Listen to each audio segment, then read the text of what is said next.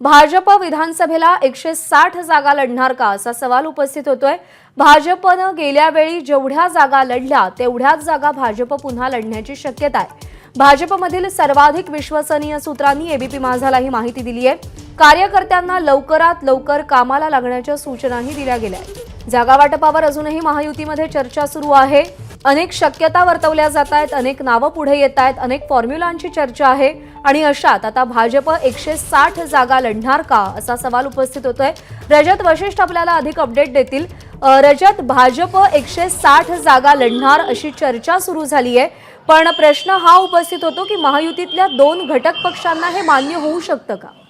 नक्कीच असा प्रश्न निर्माण होऊ शकतो की महायुतीचे जे दोन घटक पक्ष भाजप सोबत आहेत त्यांना हे मान्य होईल का।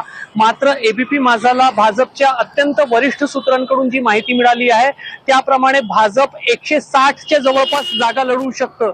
म्हणजेच गेल्या वेळेला भाजपने जेवढ्या जागा लढवलेल्या होत्या महाराष्ट्रामध्ये तेवढ्याच जागा लढवण्याचा भाजपचा निर्धार आहे।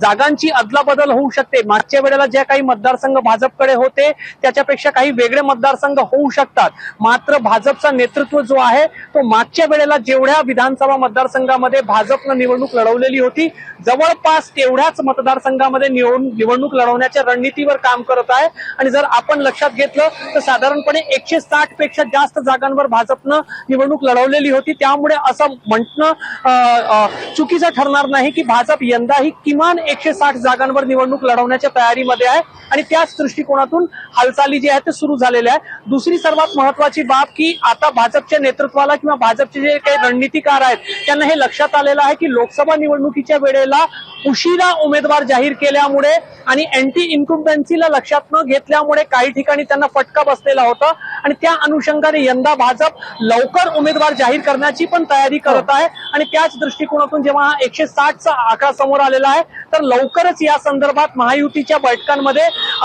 अंतिम निर्णय होऊ शकतो आणि महायुतीचा जागा वाटप आहे तो सर्वांसमोर येऊ शकतो।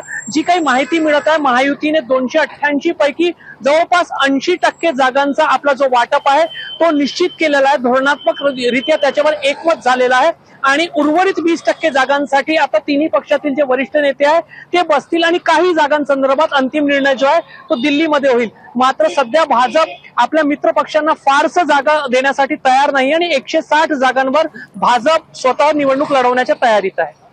रजत, धन्यवाद दिलेल्या माहितीसाठी। एबीपी माझा, उघडा डोळे बघा नीट।